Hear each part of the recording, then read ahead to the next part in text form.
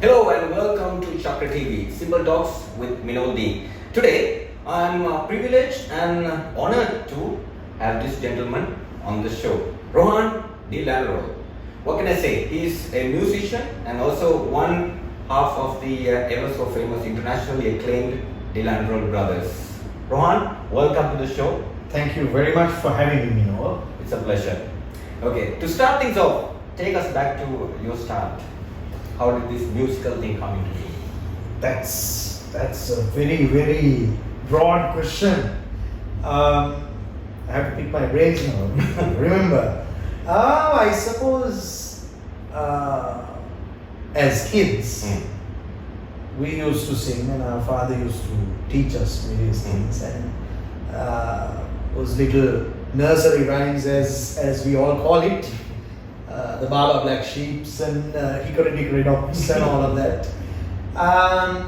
That led to, of course, we found out that we can obviously sing. And then it led to us moving into school, and then Ishan and I speak on behalf of both of us. Ishan and I, we moved into choirs, and then we moved from there into church choirs, and then more into commercial choirs or recreational choirs, as you may call it, and then into some professional choirs also. In a nutshell, that was the journey, from baby, child to youth, teenager, adult, whatever you call it. Yeah. By the way, he's still young. So am I. Yeah.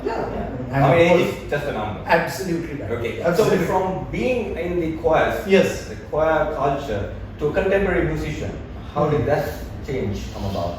I think it was just a natural change. I think we just eased into this thing. Because that was always the foundation. And that is a very important foundation to have. Yeah. And if you look at it, some of our top artists in this country, they've all been part of choirs. Soundra David was part of a choir. Sanjeev Jayaratnam was part of a choir. Bhadyan Santosh part of a choir. And so many others. That's the foundation. These are the names that just come to me because these are people whom I have worked with. But I mean, you just look at it and see I would say most of these singers at some point in their school lives or at whatever the time have been part of a choir. Yeah. Since we are talking of choirs, now I know for a fact now a couple of years ago, maybe 5 to 10 years ago, we had a good choral culture in Sri Lanka. Has that been died down recently, especially with the pandemic, or how's the situation now? Do we still have that enthusiastic crowd, into choirs? I think we have that enthusiasm. It's just that with the pandemic, things have changed so drastically. But if you look at it, even during this pandemic period, I don't know, probably you've not seen, but there have been some choirs that have done virtual productions and things like that. It necessarily didn't take a concert feel, but each school did something virtual. Yeah. So that, because I think even from the school's point of view, they want to have some kind of activity going on, because you see, otherwise these children are just bored to death. And you can't have that because you need to keep them in the groove, for so many reasons. One is for the sheer love of music. The other thing is to make sure that you don't forget what you learned, so your techniques and all that don't change. So yes, that has been there, and the culture, very important word that you used. The culture of choral music in this country has been extremely rich for a long time. If you look at it, when I was schooling, there were 3 main teachers in this country. One of them passed on, who's my teacher, was Karasuri Library College. Then we have we had at that time, she's not anymore in this country, Christine Pereira, right? Or more famously known as Auntie Christine. She's, I think, somewhere in Canada now. And of course, then we have Auntie Marianne David. Yeah. Everyone knows this name. And there have been so many people who've been part of her choir, part of her training. Those three names that I mentioned to you earlier were all part of Marianne singers. So she's still there and she's still doing a lot of work. But over a period of time, that culture has filtered down now into some of their own students. Being passed on to their students. Passed on to their students. And they are the people who are now basically empowering the next generation. I mean, that's how it should be. That's how it should be. Absolutely. So I would think that that culture that was built, and especially our schools, it's like our schools cricket system. It's a very, very strong foundation that we have. The school choirs, it creates that foundation for the future musicians in this country. Yeah. You get what I'm trying to say? Yeah. So that way you have this huge culture that has always been passed on. It just comes automatically. Yeah. If you take it St. Thomas's, St. Thomas's College Choir, every year, there is a new set of children who are coming in and who are going out. On one side you are coming in and on the other side you are going out. And just imagine how many children. If you take 50, at one point of time you have 50 choristers, right? Out of which maybe, let's say, 10 will leave, but there's another 10 coming. So over a period of time, how many singers have been sent out with such a rich culture and the training that was given? I'm just only looking at St. Thomas, take St. Joseph's, St. Peter's, Bishops, Ladies, Methodist College, Visakha, whom I teach. Very, very rich cultures and traditions. If I remember right, Rohan, there was an international school that went abroad and won an award. Yes, the British school in British Colombo. school, yeah. Yes, yeah. Conducted by Mr. Dee. They went and took part in a competition and they won that. They were crowned the winners of the competition. Yeah. They won that, yes, and it was a very prestigious competition. I forget in which country though, but one of the European countries, somewhere in Europe. Yeah. All right. Before I forget, I want to ask you, this De Lanerolle Brothers brand. When did this start? This started in 2008. So it's more than a decade now. Yeah, absolutely. How has been the journey so far? Brilliant. Okay. Challenging. For us it's about building the brand, building the network, building connections between people, the audiences who come to listen to us. And the fact that we've been in the business for the last 10, 12 years is ample testimony to what the brand has done for people. So, if it was a dying brand, it would have been dead and gone in 3 or 4 years. So that's what happens. You normally, when a new brand comes into the market, you give it 3 years, right? So if you achieve 3 years, that's good. Then they say no, but you can still die in 5. And we've lasted the 5. Then they say no. If you can actually manage 7 or 8, I think you are doing very well. So we crossed that hurdle also. But I do remember once Sohan Veerasinghe, he gave me a very good piece of advice. And he said, Rohan, at one point, he said, your brand is still on its way up. Right? And this happens to all brands. There is a point where you rise. And then it comes to a point. And then you get there, you'll settle, and then you'll also take a slight dip. This is the normal form in any business, right? So you go up there, and then you settle, and then you come down. So what he told me was, make sure that you'll come down and then you'll have to sustain yourself. Now if you start coming down further and further, taking a nosedive, obviously your brand is going to die.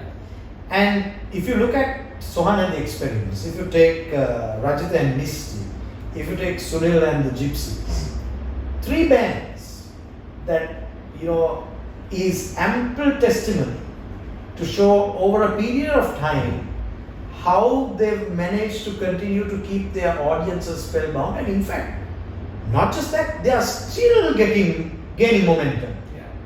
Even the younger crowds. But exactly my point. You take Rachita and how and each of them brings something completely different to the table. If you look at their different flavors. Absolutely. All 3 are different. They may play the same music, but they are all unique in their own imitable style. And I think even where the De Lanerolle Brothers are concerned, that is something that has stood out. It is the first time that you had 2 brothers who are singing in absolute close harmony. Right? And sometimes I change my, I do most of the time I sing the melody of the song.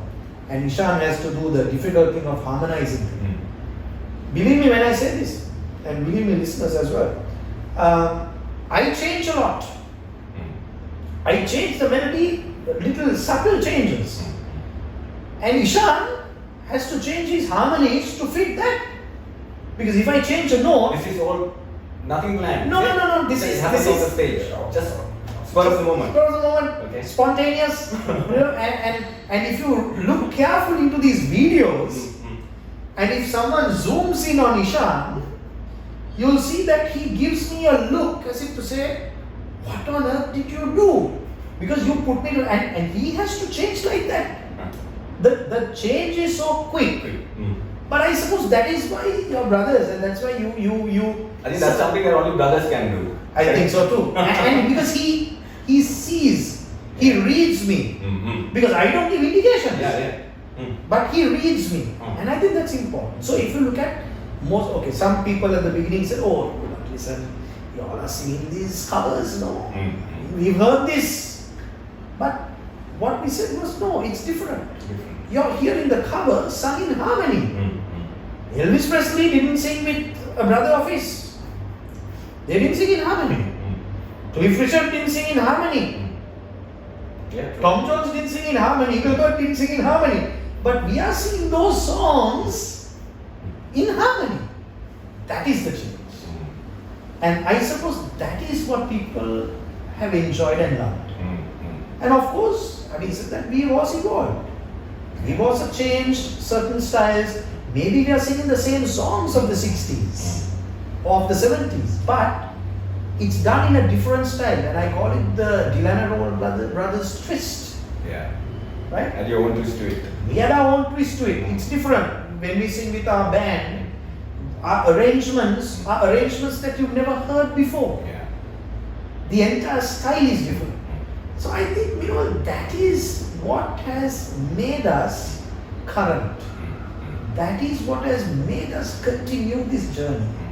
And as I was telling you off air, we've sung in all the continents of the world. All continents. And the unending love and support that we've had over a period of time, concert in, concert out, right? Most of the concerts, in fact, have been not to Sri Lankan audiences. It has been to the foreign audiences, to the audiences of those countries.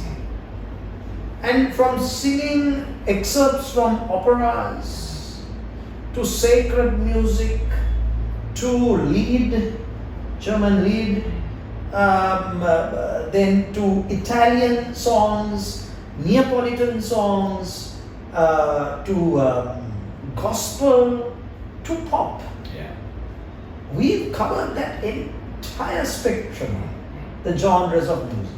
I mean, if you're going to one of their concerts, I know personally that it's loved by young, old alike. What's the secret behind this? I mean, people are spellbounded. I mean, they just don't want to look away. You know. I think it's the way we approach it.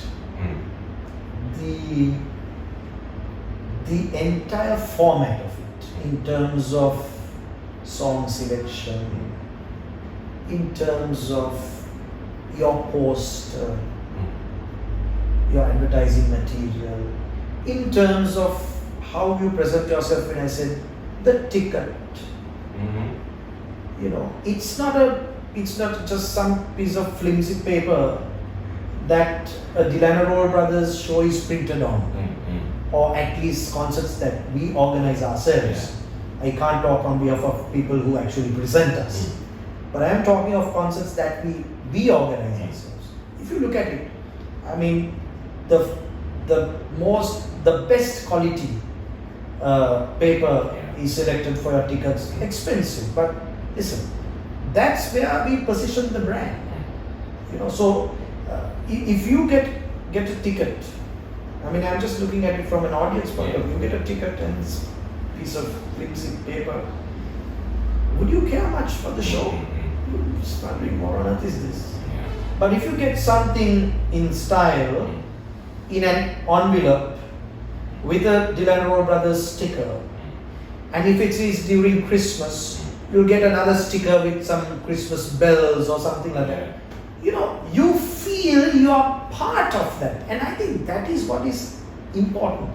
That is what you need to have in entertainment, because what we do, Minol, is not just a concert. Ours is something called entertainment, and if it's entertainment from the point of getting a ticket to a customer, to the point of making sure that the washrooms wherever that you perform are in good order. If it's dinner, you just make sure that the dinner is served in a proper way. If it's the songs, of course, that you're putting out, you have to make sure that the songs are sung properly. If it's a stage, you just got to make sure that the stage is done properly. If there's a backdrop, the backdrop needs to be nice and elegant. If it's the lighting, if it is the sound, if it is the ambience, the decor, you know, every little thing is part of that production. And I must say this, now I have seen you getting involved in all of this, you know, from the ticket to until the point where the last person is leaving the hall or the venue. You know, you're the more active one from the two, right? Very much. So how did you all categorize this? Like, you know, Ishan is also taking part in the organization? Very much. But as you said, he's a silent one. Yeah. Right? But you are the more infamous one. As some would call it. Right? Yeah. But I would say he is the success, the huge voice, the huge hand behind the success of the De Lanerolle Brothers. Not to say that I'm not doing anything, but everyone knows that I'm the person who's action-packed on stage. You'll have all sorts of moves and all sorts of jokes that I will crack, and you'll see that Ishan is just smiling, and you know, he won't talk that much. But given a chance, off stage, he'll be talking to sponsors, he'll be talking to suppliers, and you know, they can't stop him, because he'll go on and on and on, just to make sure that we have to get everyone to be part of that production. You know? So Ishan handles, you're just asking a question, Ishan handles most of the decor, stage, lighting, backdrops, what would you say, partnerships that we build with people and all of these things. Of course, I also do the same thing. But I look after the music part of it. It's completely my call. Food, tastings of food and making sure that it's all wholesome what you get. I look into those two areas. Costumes is something that it's all about Ishan. You know, I have nothing to do with it, because he says where, and where is what I do. there is no argument. You know. But of course there are questions that I always raise, and sometimes it's just vetoed, because he says no, nothing doing. just get into this. That's it. And I got to. Likewise, there is no argument when it comes to, questions can be raised and debates can happen. And it happens. It happens for the good, you know. Absolutely, all for the betterment of the brand and the show that you put on. But I decide on what we sing. So you run the stage basically. I run the stage. Ishan runs backstage and most of the stuff that comes just before you get on stage. Sometimes just before you get on stage, he's on the phone. He's talking to someone saying, get this check, get that check. And I said, just put that down. We are getting on stage 2 minutes, 3 minutes. We are on stage. I said, focus on the job at hand. But for him, it is a matter of, no, it's the experience. For him, he'll always say, what is the experience that we are giving people? And I want to make sure that, he says, look, we all agree that this is just not a concert that we are putting on stage. No. Most people do concerts. You go, you book the annual rent, you come on stage and you sing a song. Yeah. Simple as right? that. Anyone can do that. But who can go to the extent of doing this? I think it's an experience in itself. Absolutely. You're providing an experience, which will last forever. Absolutely my point. I've gone to 1 or 2 concerts of yours, but I still remember, Right. I still remember, there were a lot of people. I had this one incident. Okay, now I was actually hosting for a radio station where I had to interview some people during the break. Yes. And I remember I went and spoke to this lady, happened to be Ishan's wife. Oh, okay. And I went and asked, what do you think about the concert? Right, okay. And she was like, no, I'm Ishan's wife. It's like, okay, that's a feedback in itself. Correct. Because I didn't know. Correct. I still remember. Right. I mean, you all have that capability. I think that's what you all are providing because people go or leave that place with their experience or memories. And also one of the things you earlier pointed out is that we are the last to leave the hall. Yeah. Because we want to make sure that if there is 100 people to speak to us, we just want to make sure that we've spoken to all 100 of them. And that's the connection that we have built with our loyal fans. And as you said, yes, there is a changing audience, and you'll always have that because it is, it's a circle of life, no? Right? Some who are living will always pass on. Right? It happens to people who are old. It happens to people who are young. Right? So it happens. But the thing is just to keep evolving. Right? So we brought new songs. We've done different genres of music. So if you speak about that, we've done concerts with children. The Church's One Foundation, which was at the Cathedral of Christ and Xavier, on the invitation of former Bishop Minol, is something that we did for the church. Speaking of which, Roshan, you all do some single cover versions as well. I remember Gangadharama. There was a nice version of that song. We did Master Sir. Yes. We did and with your own place. Right? We've done a few others as well. And there was another one that we did, I think one of the Edward Jayapuri songs, something like that. I remember, the name skips me. But yeah, so we've done all of these things. And why we've done this is because we want to support each and every society of this country. So thankfully we are talented enough to be able to deliver each of those genres of music.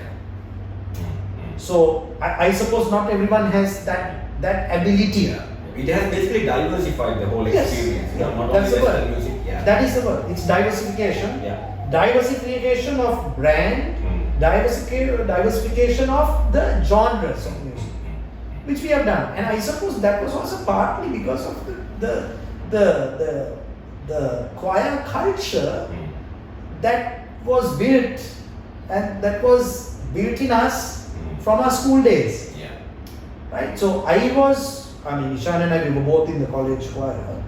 And then I was introduced into things like opera in the early 90s. when the late Rohan De came to Sri Lanka and formed the Colombo Philharmonic, the Lanka Philharmonic Orchestra, right? And with that he formed the Philharmonic Chorus, of which I was a chorus leader. And Auntie Marianne was the choral conductor and director for, I think, one of the operas, or I don't know whether it was both of the operas, I forget. And at one point of time, Christine Pereira was one of the choral directors again there. So I had the ability of working with all these people, you know. So that's probably why we have the opera culture built in us. Ishan didn't have it. I forced it on him. Because all that he heard at home was all opera stuff. You know, Verdi, Puccini, you know, you name it, Mozart, right, Brahms, all of these composers. And today he will tell you, whenever you speak to him, he'll tell you, you know, this was, I had no choice in the matter. I had to just listen to it because he's the elder brother, right? And he was playing all of this stuff and I had to listen to it, right? So that's probably where he gets that. And then we do a lot of the classical stuff and I do a lot of lead, the German lead that I sing. So this has always been there, you know. And then we thought, okay, why not we bring the pop side of things? That culture was built in the vehicle when we used to go with our father. Because those days you had children out there, you probably have never heard of something called the cassettes. Right? You have never seen the color of this, right? But those days, what we had in cars, the TV case, at Maxwell, there you go, there you go. You see, some of these children don't see this, right? And this is what we had. So you have this little cassette player in the car, and you drop in cassettes, right? And that has a film. Sometimes that fellow gets stuck, right? They open and rewind it, right? So you know these were the things that we had. That was, and then of course we moved into CD culture. Then CD changed into DVD, right? Now you have Blu-ray, and, you know. So this is how things have evolved. So Dad used to play all these Tom Jones, Engelbert Humperdinck, and so we used to live in Panadur. And at that time we were at St. Thomas's Prep. So we, you know, this 45-minute, 1 hour journey, we are singing away. And you know, so we thought, okay, why don't we do some of this stuff? So that's how this entire thing, the De Lanerolle Brothers came about, and this is our story.